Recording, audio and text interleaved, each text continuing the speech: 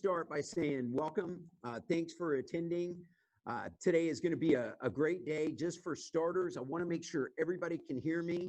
If for some reason you cannot hear me, please drop that into chat. I'm going to be keeping a little bit of an eye on chat. I hope you can see me. I should be on video. And hopefully you can see my slides. So I'm using a different setup today. I've got me up here in the corner and the slides down here, but I want to make sure that you can see everything. If for some reason you can't, drop it into chat, but I'm not hearing anything, so I'm going to move forward. So as I said, my name is Mark Fenner. I'm a scaling up coach and strategist. I founded a leadership development company called Rise Performance Group in 2011. I'm a John Maxwell certified coach, and I also do a lot of work with Pat Lencioni and the 5 behaviors framework for building high-performing teams. Here's the challenge. There's a lot of companies that start up, about 28 million a year. The challenge is very few scale up. In fact, if you look at my screen here, you'll see very few even make it over 1 million, let alone to 50 million. And here's the thing. We need scale ups. They're the first responders in this economic recovery that we're entering into. And companies that scale bend the curve in their communities. Number one, they create a lot of jobs. Number two, they bring a lot of other suppliers in that need to meet the needs. They spend a lot of money in their community, but most importantly, great organizations that scale up build great leaders. And so my passion is about developing those leaders, helping people become more so that they can ultimately achieve more, so that they can ultimately give more, give back in their communities, give back in their homes, give back in nonprofits and other organizations that they may want to be a part of. And I do that by helping clients master the 4 decisions that every executive must get right if they want to scale up their business. And it starts with number 1, people, having the right people on the bus, the wrong people off the bus. And when you do that, then you can build a strategy that allows you to scale and do so at high margins. And if you build the strategy right, then your team can execute it, right? You build it in a way that it's executable so that you can execute it. And when you do that, you build an abundance of cash, which guess what? Allows you to start back at the top and hire the best of the best to help you refine a great industry dominating competitor crushing strategy that's executable, that then creates more cash. And this becomes a virtuous cycle of success.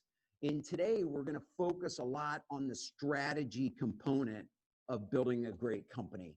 And here's the challenge with strategy. And this was some research that's just been released by PricewaterhouseCoopers, but less than 50%,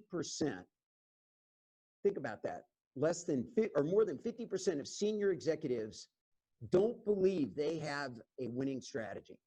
So they're lacking confidence. So think, if you're a leader of an organization and those people are on your team, think of what that could be costing you. 2 out of 3, or over 60%, admit they don't have the capabilities needed to execute the strategy that they have in place. 9 out of 10, 90%, think about that, feel like they're missing opportunities. And 4 out of 5, think about this, 80% admit that their strategy is not well understood. And this one hits really close to home to me, because when I work with leadership teams, and especially when I get down into the organization, one of the most common concerns I hear is, I don't understand the strategy. I don't understand where we're going. I don't understand why we're doing this.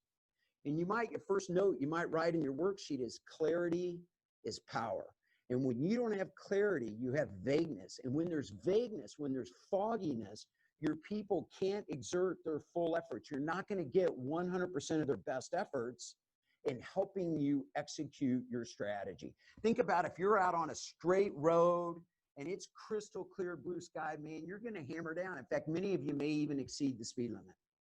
But if you're out on a windy road and it's foggy, if you're like me, you're probably way below the speed limit. And we want our people bringing the best of their abilities, hammering down to help us execute the strategy.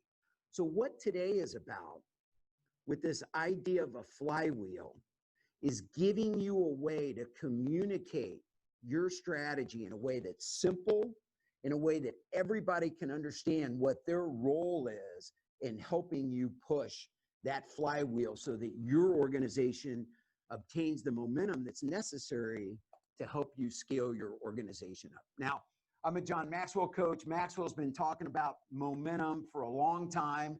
Law number 16 in his book, The 21 Irrefutable Laws of Leadership, says that momentum is a leader's best friend. And there's absolutely no doubt that momentum is a leader's best friend. When you have momentum, big problems seem smaller. Yet when you lack momentum, even small problems seem larger. Now, everybody understands that we need to get momentum, right? I don't think there's anybody in this call or anybody on your staff that doesn't understand that momentum is a good thing. We see it in sports, we see it all over. The challenge is how do we sustain momentum? And an even bigger challenge is how do we create momentum? And I bet if you went back to your team and you polled them and you said, how many of you understand, is momentum good or bad? I would be shocked if you didn't get 100% that said we need more momentum. But follow it up with the question that says, what are the steps we're following to generate that momentum? And if you don't get a positive response out of that, then there's probably an opportunity for you to double down on this idea of developing a flywheel. Now, I became inspired to conduct this webinar by two books. One is Jim Collins. He released Turning the Flywheel, a monograph to Good to Great. So the concept of this flywheel was first introduced in the research that Collins did in the book he published in 2001. So this concept is not brand new. But during the spring, we had Brian Dumaine on one of our Scale Up Summits, the virtual, of course, thanks to COVID. But he talked about how Amazon has taken this concept of the flywheel. In fact, he said in 2001, as Amazon was teetering on the brink of bankruptcy, right? They scaled up as a big dot-com phenom. And then we had the dot-com bust. And then we had 9/11. And many, including Barron's, were predicting the ultimate demise of Amazon. And Bezos and his board and his leadership team said, we've got to do something. It kind of reminds me of what we're coming out of here with COVID-19. And they brought Jim Collins in. And Jim Collins talked to them about the concept of the flywheel. And he said, don't react, focus on what's building momentum for your company. And so Bezos, out of that meeting, sketched his company's flywheel, and he's been applying it ever since. And so a great follow-up book for you to get after this webinar is to download Bezonomics and just learn how Jeff Bezos is taking this concept of the flywheel and applying it to so much of what they're doing. So my objectives today. So my objectives is for you to leave with a framework, with your flywheel, with an idea, what should the flywheel be for our company? Now, you need to go test it. You need to work with your leadership team. You need to validate it. But this isn't complicated. My hope is when you walk out of here today, you've walked out of here with the 4, 5, 6 steps that are going to develop the flywheel for your organization. And my second hope is that you're inspired to take that flywheel and go teach it to your team and use this as a tool to help you communicate strategy in a way that's simple, in a way that everybody can understand it. And so I'm going to walk through steps on how to create it. I'm going to give you a lot of examples of what others have done. But if done right, you get this flywheel turning, it will create the momentum that will propel you. And think of momentum like a freight train sitting on its tracks. And you know the energy it takes to get that freight train up to momentum, right? Tremendous amount of energy. Kind of like getting a plane off the runway. But once that train is up, then they can back off and that momentum pushes it. When that train is stopped, I could put a little 2x4 or maybe even a 1x8 in front of one of the wheels on that train. And I don't care how big that engine is, it's not going to get it going. But you get that train up to 40, 50, 60 miles an hour, you and I could build a concrete reinforced steel wall and that train would blow right through it. That's the idea and the power of creating momentum. And that's what we're going to focus on today as we make our way through the curriculum. So here's what Jim Collins says. He says the flywheel for any great company is not a line of business. It's an underlying architecture of momentum. So architecture of momentum that can be renewed and extended into multiple businesses and activities. So I want you to think about this as being an architecture that will allow not just you as the leader, but your entire organization now to discern between the activities that build or push the flywheel and those activities that serve as brakes or headwinds against your flywheel. So my career, 25 years, was in technology sales. In the sales, the challenge in technology was a lot of people wanted to sell the things that we did not do good. A client would get in and say, boy, it'd be great if you could do this. And the sales company would come back and spend time, lobbying inside to get us to do something that was a one-off. The challenge with those one-offs is they did not accelerate our flywheel. The deals that accelerated our flywheel were deals that used the capabilities that we already have. Ideally, capabilities, core competencies that we had honed, that we were really good at, if not best in our industry, if not that we were striving to be best in the world at. So because we were leveraging competencies that we were good at, guess what? We could charge a pricing premium because we had so much confidence. Said another way, we didn't get pushed down. We didn't suffer so much price compression because we had the confidence in our ability to deliver. So number one, core competencies. Number two, we wanted to bring in business that allowed us to be remunerated for the efforts we were putting forward. And then number three, we wanted to do work where we had the highest probability of creating a raving fan that would evangelize for our company. And so if we did a one-off project, and even if we crushed it, even if we made good money, and that person evangelized, now we're going to probably do more of those. And if that's not in alignment with what's pushing our flywheel, then you've got to question if that project was worth doing in the beginning. Remember, the essence of strategy is sacrifice. And to scale, you've got to say no to the good so you can say yes to the great. Now, the other thing I found is sometimes it's about when you bring on an opportunity. So I worked with a consulting firm, and we were very, very, very intentional with our onboarding process. So our first project was always a free one-week assessment. If that assessment went good, it rolled into the second week. At the end of the second week, then we closed for a big project. And those projects were typically high 5 figures, low 6-figure type of projects. So they were significant.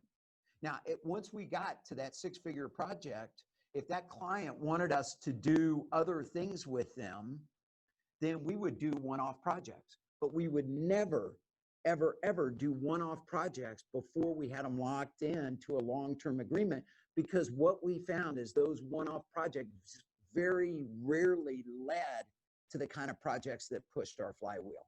So sometimes it's about timing of projects. But think about Bezos. If you think about what Amazon has done with Alexa, and you may think Alexa is a cool little device that you have in your house and it's cool, it turns your lights on and off, but that is a key component of Bezos' flywheel, and that it's making it easier and easier and easier for you to order. Hey, Amazon, bring me milk and bananas. Or hey, Alexa, bring me milk and bananas. That's where he wants to get to, where you can just holler at Alexa, and guess what? Through his partnership with Whole Foods, you've got food showing up at your doorstep. In fact, the next version of Alexa is going to have pictures on it so you can see the goods that you're purchasing. Again, feeding the flywheel, which I'm going to get to here in just a minute. But I see this in product development. I see this in technology. So as you look at developing new product, as you look at developing new lines, as you look at adding technology like Bezos with AI, it's all about driving the flywheel. And so it gives you a way to center what it is that your whole organization does. So let's talk about this idea of building a flywheel. And I'm going to start with Amazon. And I'm going to start there because I'm going to assume everybody on this call knows who Amazon is and probably has purchased something through Amazon. And so as you think of your flywheel, you want to think of about 4 to 6 steps that lead you around this flywheel. And each step should lead to another. In fact, I love this idea of if you do the first one really good, then you can't help but get more of the second one. And if you do the second step as you should, then you can't help but get to the third step. So that idea of you can't help is a great way to say, is my flywheel making sense as I develop it? Now, you'll notice when I get up to the top, I don't say, you can't help but I say, will it make it easier to? Because now you're back up to the beginning in a virtuous cycle of each one building on the other. When you get back up to the top now, should make it easier on that one at the top. And that's what creates that momentum. A couple of other things to think about as you're thinking, what might Amazon's flywheel be, is that if you look over to the right, you want to think from 12 o'clock to 6 o'clock is about being how you improve your clients and how you improve society. Said another way, it's delivering on your purpose and your core competencies. What can you be best in the world at? And that's why this should be designed around leveraging, what you can be best in the world at, what your core purpose is, and what drives your economic engine. So think about, how you improve clients, how you improve society is being over to the right. And then on the left should be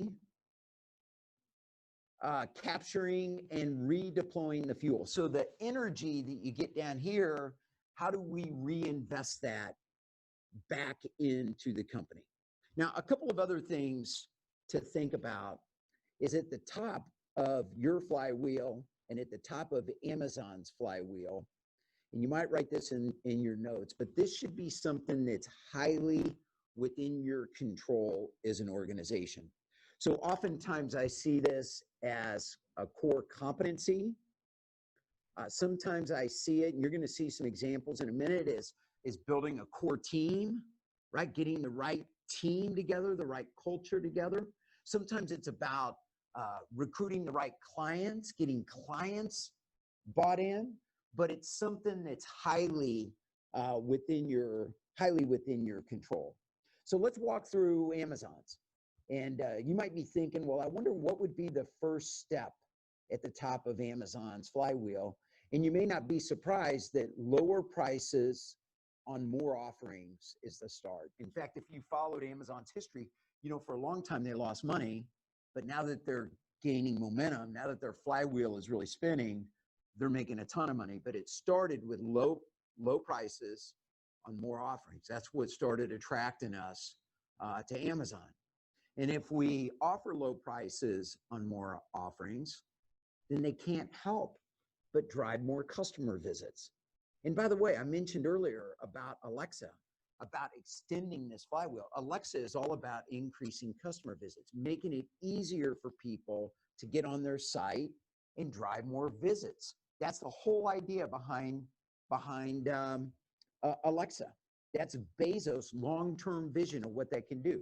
But if we increase customer visits at Amazon, then we can't help but attract more third-party sellers. It's the law of supply and demand, right? If demand goes up, then supply is going to come in to fill that. So that's going to attract more third-party sellers. And if we attract more third-party sellers, then that's going to allow us to expand the store and extend distribution. And if we're able to do that, then we can grow revenues per fixed cost. And this is where their flywheel is really turning into such a money-generating machine. And think about this, if they can grow revenue per fixed cost, then it makes it easier for them to lower prices on more offerings. So this is the Amazon flywheel. So it's simple. So think about every decision that Amazon's making now, whether it be the decision to buy Whole Foods, whether a decision to how they're going to implement AI and other technologies, their decisions around Alexa. What was Prime all about? Prime was all about a massive focus on the customer and not losing those visits or those customers that thought, well, this is too small of an order to pay shipping. Bezos is like, well, let's get rid of that. Let's just take that objection away. And think of it today. You probably go on and buy items that are $5 or $6. I know I do. I'm a Prime member. I just go on and buy it. Well, then you think, but how do you get people to stay to be a Prime? Well, you offer more value than they can get anywhere else.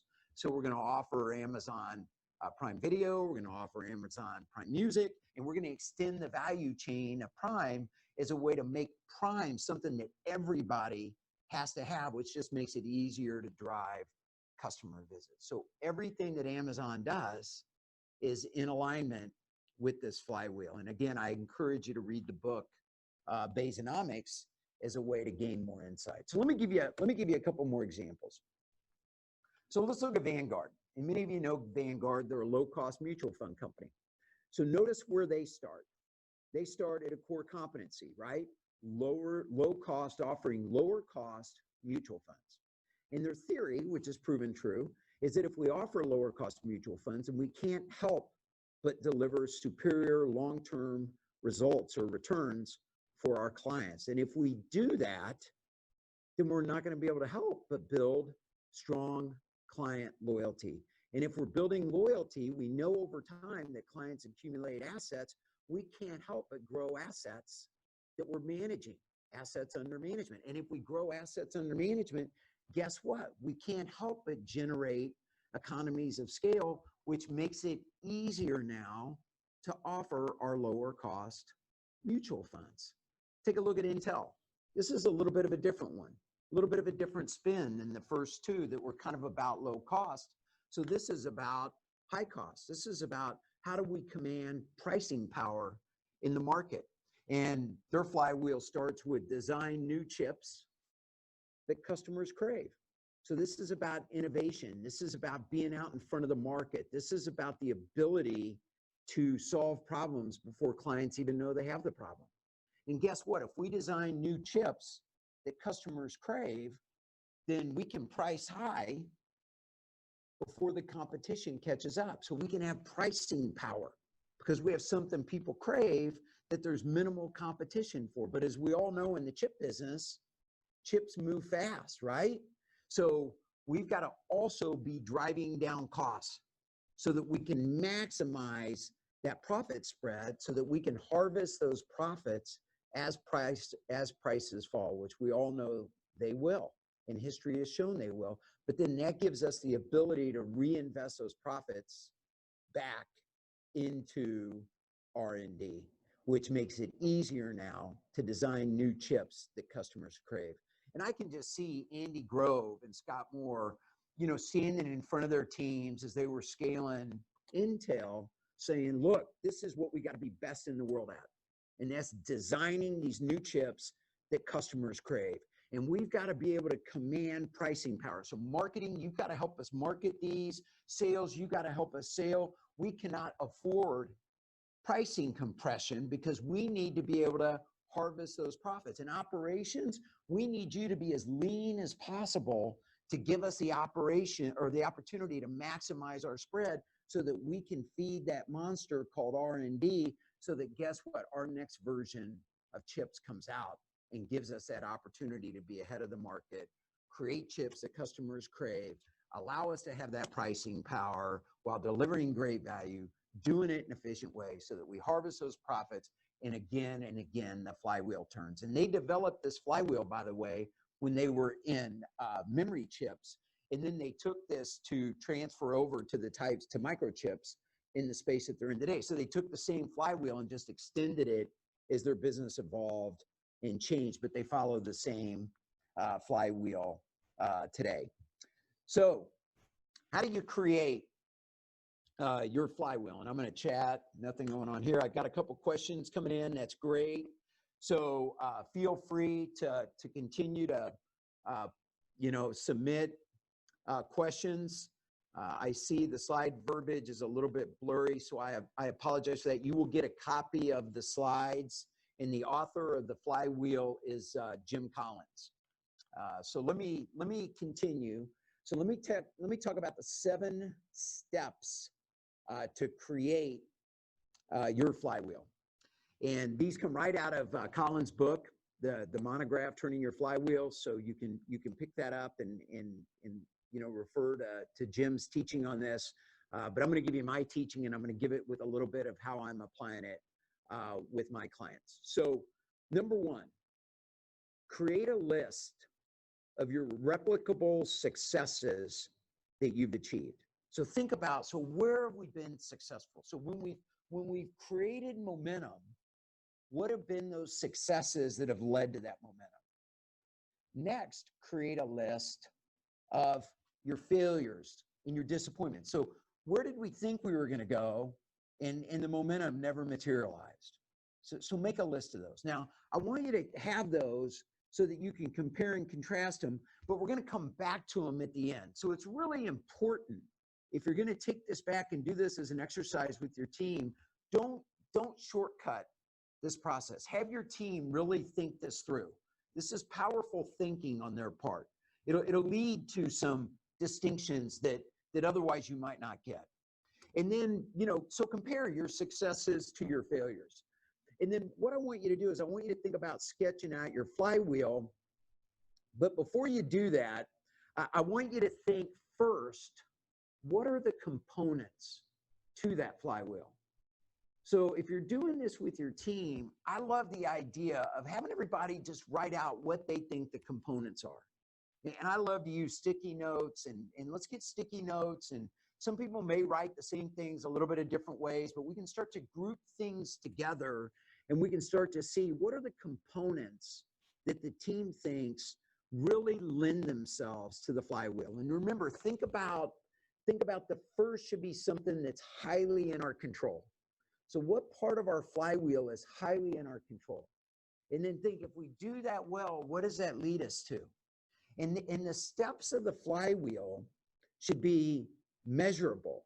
So you should be able to claim victory on each step and say, did we do that well? And each step should have a similar level of importance. So determine the components and then start to play with the order of the flywheel.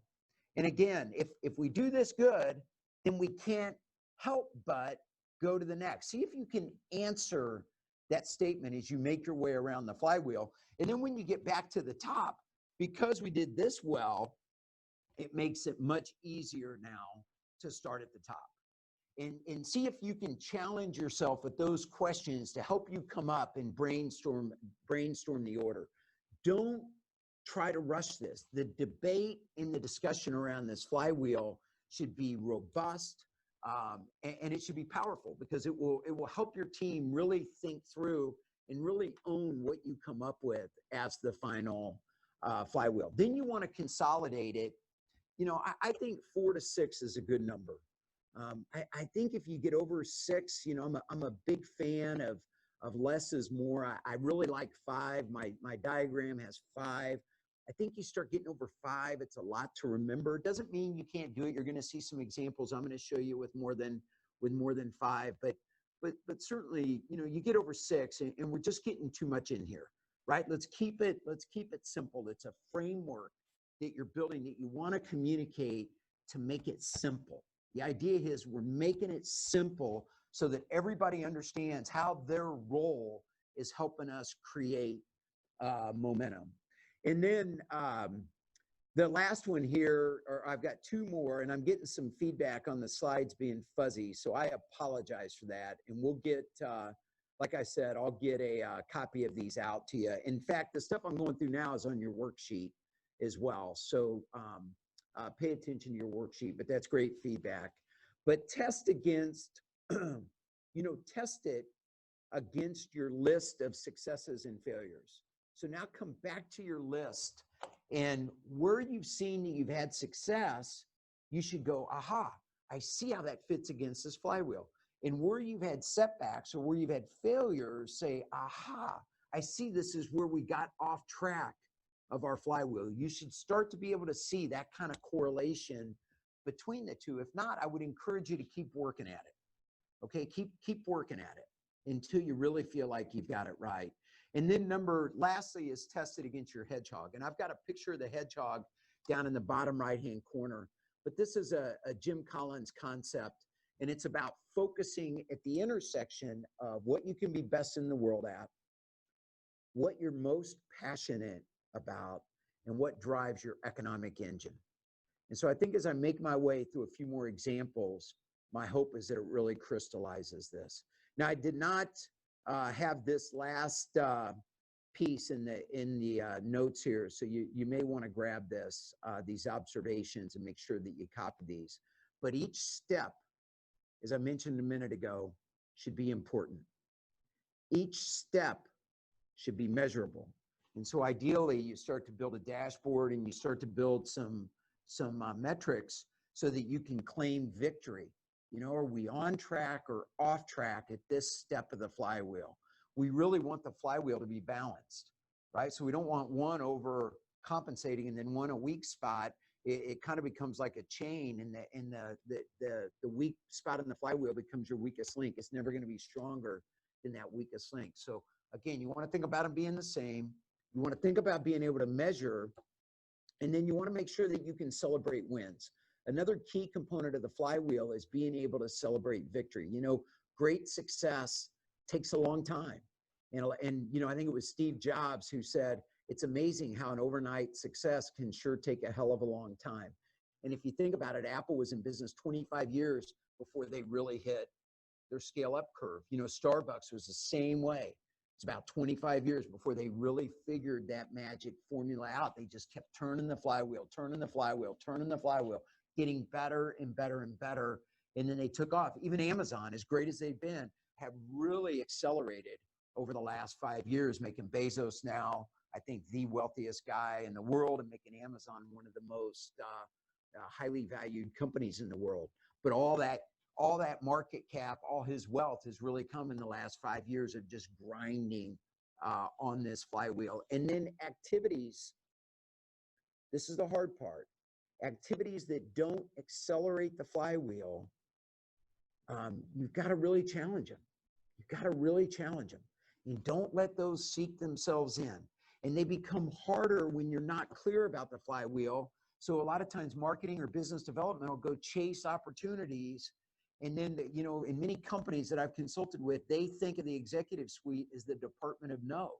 And the reason they think of them as the department of no is because they don't understand the strategy. And so they're chasing opportunities that aren't in alignment with the flywheel. So if you can get better at communicating this, you know, people can't buy into what they can't see.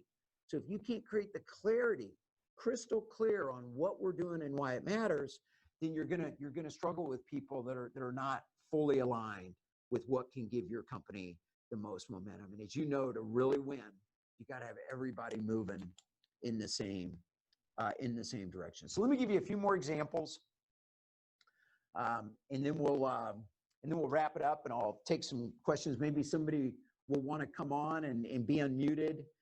If you think that might be you, if you could post it in the Q&A or in the chat, and then I'll unmute you, and maybe we can spend a few minutes talking through your flywheel. That might be interesting. But let me take a company, Eero. They make the helmets, the sporting helmets. And I'll tell you, Eero adopted this flywheel. They're about a 35-year-old company. They adopted this about 10 years ago. They were still very young in their scale up part of their growth, and they copied a lot of this from Nike. So there's no shame, and you know, your flywheel does not have to be unique to you. But what is important is that you understand it, you know how to drive it, and your team understands it, and they know how to drive it. So theirs starts again with a core competency. You know, we're going to invent great products. We're going to develop great products. The second thing is then we're going to get elite athletes. So notice the specificity here, right? We're going to focus on elite athletes, right? That's going to be our first. We're going to figure out how to get them to buy in to our product innovation, because we know if we get the elite athletes, we're not going to be able to help but attract a bunch of weekend warriors. So that expands the masses of their market. And if we get the weekend warriors, pretty soon we're going to attract mainstream customers. I love the specificity of that side of their flywheel, of how they add value. And if they do that, guess what? They're going to build brand power. And what does brand power do? It makes it easier for you to sell. It gives you pricing power. It builds your reputation.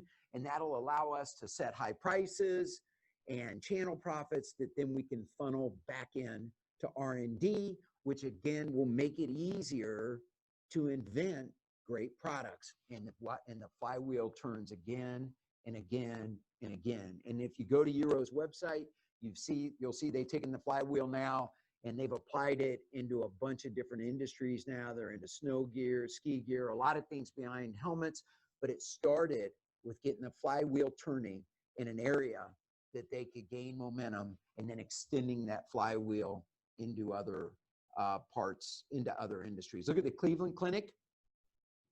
I like this one. It's different. Notice where it starts. Get the right medical professionals. So it starts with people. So it starts with them recruiting the right people. Now, you could argue that's a core competency. Maybe it is, but it starts with people first, right? Getting the right people on the bus, the wrong people off the bus, cultivating a collaborative, patient-centered culture. Second step, collaborative, patient-centered culture. And if we do that, we can't help but work across specialties for the best health outcomes. So they see the big problem as silos, and we want to be collaborative, working together with patient outcomes as the first and foremost center of what we do. So notice that the right side is all about their core purpose. It's all about their passion.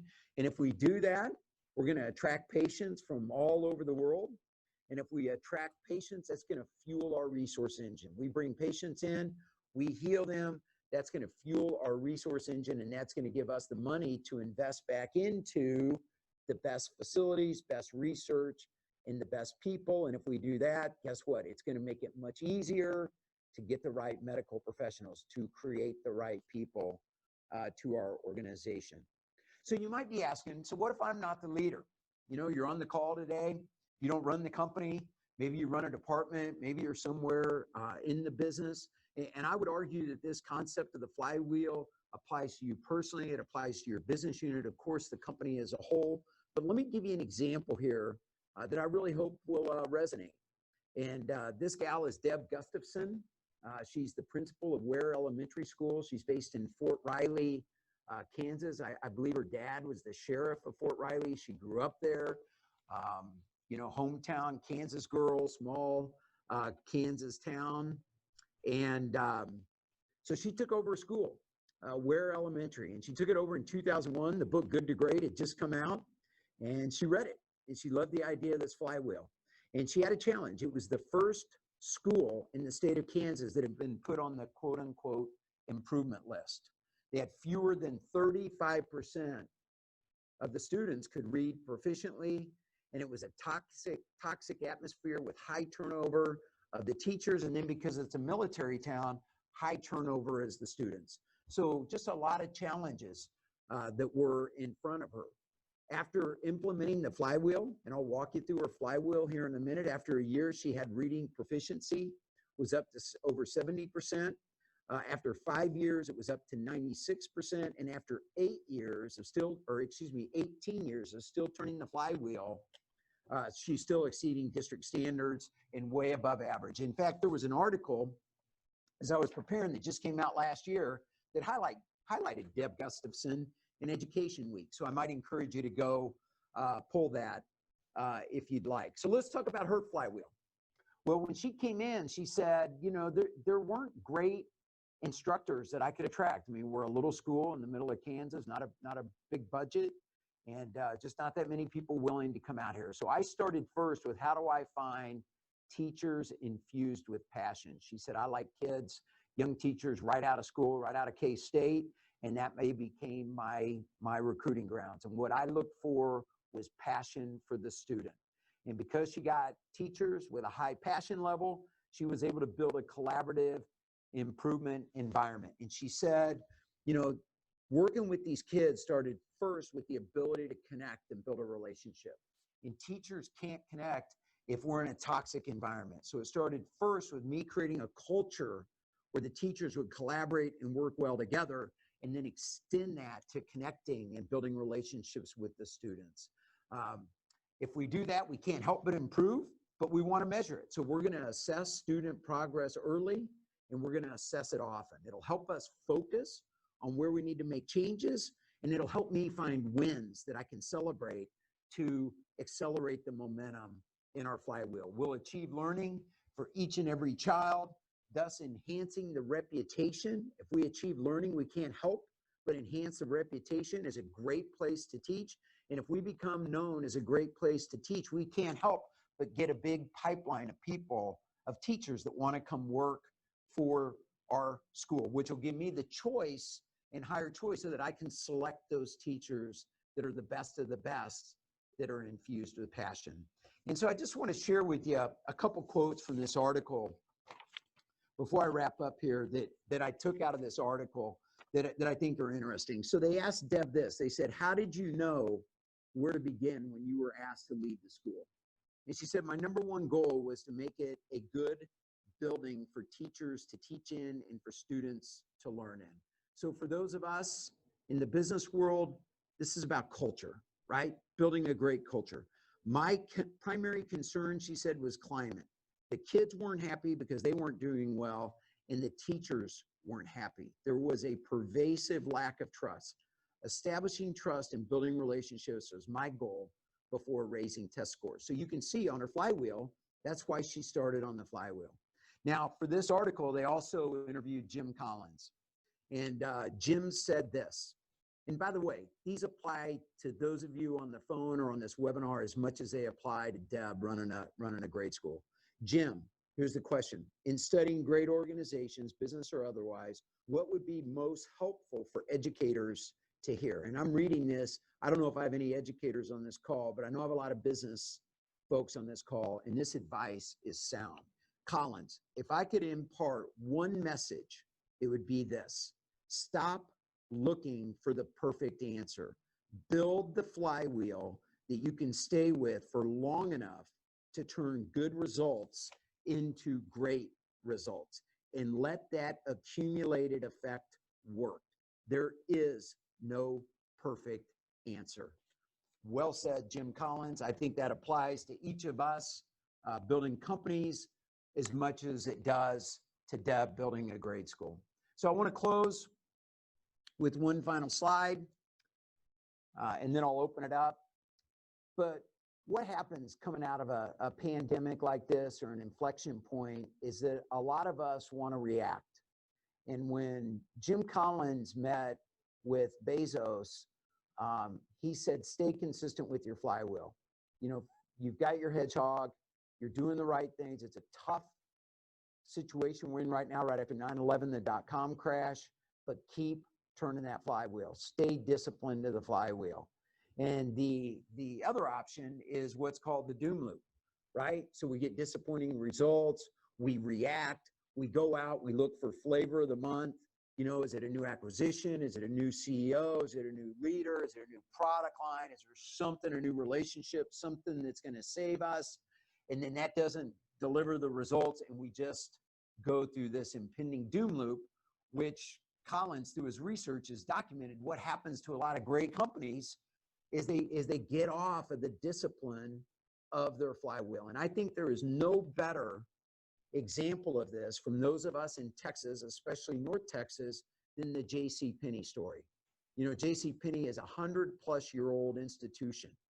And you might remember back in 2012, they started suffering disappointing earnings, and they reacted, and they brought in a new CEO. His name was Rob Johnson, and he was going to completely change the company away from the purpose and away from the core competencies, what they were best in the world at, that had built this company to a 100-year-old institution. And those of you that might remember the story, Johnson lasted a little over a year. Sales ended up tanking over close to 30%. They lost over $1 billion in the year that Johnson was there. They brought a new leader in. They've tried to resurrect it, but as you all know, they filed for bankruptcy here in May. This corona pandemic was just too much for them to take on. Compare and contrast this with Apple Computer. In 1997, Steve Jobs was brought back to turn around Apple Computer. They were spiraling. They were on the brink of bankruptcy. And there was a meeting that Jobs had with his leadership team. And they were showing him all this product they had to sell. You might remember they were selling printers. They were licensing their software. They had all this quote unquote stuff. And the meeting was about how do we quote unquote sell more stuff? And Jobs called the meeting to a close or halted the meeting. He said, look, he said, Apple's not about what computers can do. Apple's about what creative people can do with computers. He said, Apple's about serving people that want to use computers as a means to help them change the world. And as a result of that kind of reframing of what Apple was all about, right? Getting back to their hedgehog. What are they passionate about? And then where can they be best in the world? He took all those products, and you all might remember this, and he got rid of everything on the table except 2 laptops and 2 desktops. And they identified that ideal client as the crazy ones, right? It's the creative types that loved Apple. Let's get focused on them with what we're best in the world and what we're passionate about, and we'll rebuild it. And he got restated. They started building momentum, and then they extended the flywheel to the iPod, and then the iPhone, and then the iPad, and now the iWatch. And Apple is right up there with Amazon as one of the most valuable companies in the world. It's getting back to the fundamentals of the flywheel. So my advice, work on your flywheel, and then find a place where you can apply it and get disciplined in applying it in that area and get that momentum going, and let that momentum start to extend your company, and then start extending it. But don't start extending it until you've got that momentum moving. So I hope you got a lot of great value out of that. I have a ton of fun teaching it. I'd like to, if anybody's open, I would love to entertain if someone would like to come off mute. And I'm trying to find my chat right now, and for some reason I'm not finding it. So jump into the Q&A if you would, and if you're interested, post your question. And then while we're waiting on somebody, I'm going to put an evaluation. I'd love you to take 60 seconds and give me some feedback on today's webinar. And I am going to, I don't know why I cannot find my chat. Where did it go? Is this it? Zoom. Sometimes I love it. Sometimes I hate it. Josh, I don't know where my chat went, but I don't think you can help me on this one. Well, if I find it, I'll slap this into chat. But in the meantime, if you're interested in coming on, you know what I'm going to do is I'm going to post, I can't post a question because I am why is it not? Give me one more minute, and if it doesn't pop up, we'll scrap my idea of using chat. Yeah, I don't know where it went on my screen. Dang, it's frustrating. Sometimes I just lose stuff in Zoom and it takes off. And this is I think, one of those times. Yep. Okay. Well, we'll scrap that. So if you're interested in coming on live, jump in. If not, I'll send an email out with my evaluation, and I'd really, really, really value your feedback. But part of that is a complimentary 30-minute session with me that you can use, and we can get on and talk through your flywheel. And so you can work with your team first, you can work with me first, you can sketch it out. I mean, hopefully coming out of today's session, you've got a pretty good idea of what you think that flywheel should be. And I would love to, I'd love to work with you on it and see if I can help you identify it. And I'm sorry I had trouble with my chat here. Guess what? Here it is. There's my chat. So there it is. If you guys could take a minute and do that. Thanks, Pallavi, for the info about the slides. Heard that loud and clear. Thanks, Matt Green, for the feedback. But take a minute, click on my link. Before you go, I'd really value your feedback. And again, thank you for attending, and take advantage of the 30-minute session. I'd love to work with you through your flywheel. And have a great day, and we'll see you on the next one.